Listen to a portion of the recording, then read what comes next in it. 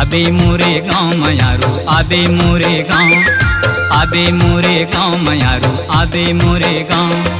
जिलाबे में तरा है बसनी मोरे गाँव, जिलाबे में तरा है बसनी मोरे गाँव।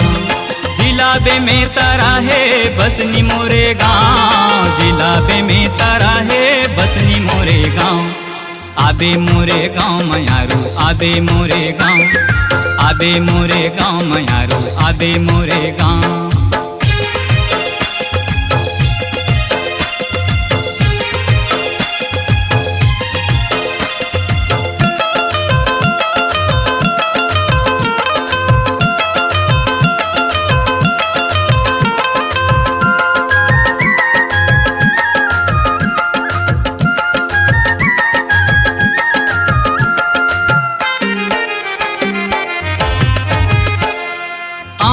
मरैयाला तो लगुमा हूँ बिही बहेरा औते दुखवा हूँ, बिही बहेरा औते दुखवा हूँ।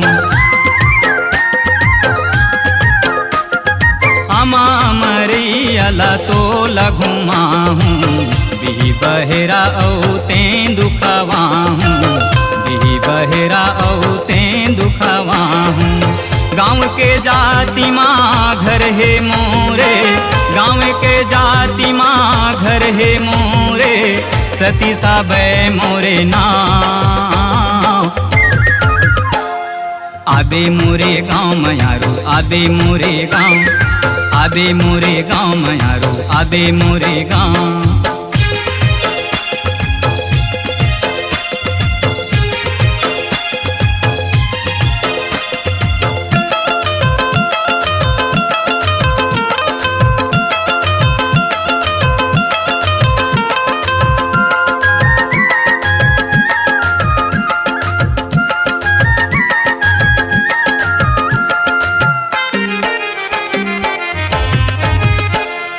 बस्ती के बीच माँ मंदिर देवालय, देवता धामी हमर दुख बिसरावे, देवता धामी हमर दुख बिसरावे।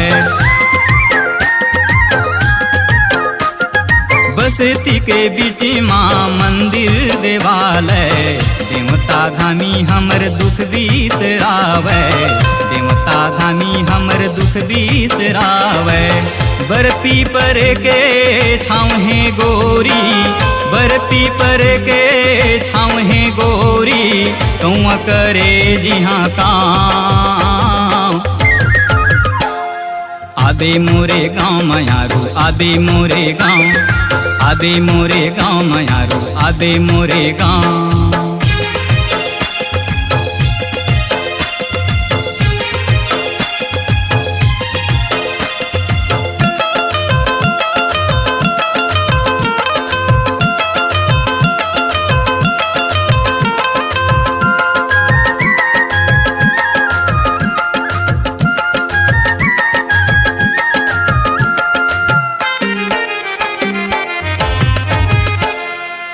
तोर मोर माया हावे ऐसे, लोरिक चंदा के जोड़ी है जैसे, लोरिक चंदा के जोड़ी है जैसे। तोर मोर माया हावे ऐसे, लोरिक चंदा के जोड़ी है जैसे, लोरिक चंदा के जोड़ी है जैसे। दिल के बात ला मान ले वो रानी, दिल के बात ला मान ले वो रानी, जिंदगी लगा दे हूँ दाम।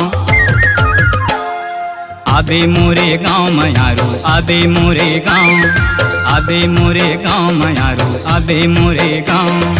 जिलाबे में तरा है बसनी मोरे गाँव, जिलाबे में तरा है बसनी मोरे गाँव।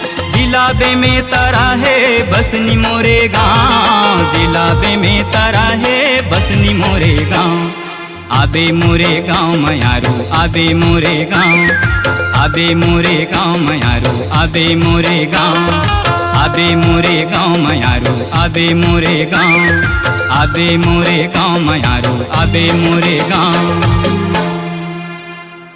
अपनी आवाज को दीजिए एक नया मुकाम। डिजिटल रिकॉर्डिंग की दुनिया का जाना पहचाना नाम स्वरांजलि, जहां गूंजती हैं ध्वनियां अपनी माटी की सौंधी सुगंध के साथ। छत्तीसगढ़ी संगीत के विविध रंग जो पहुंचाते हैं पूरे प्रदेश में डिजिटल रिकॉर्डिंग के संग।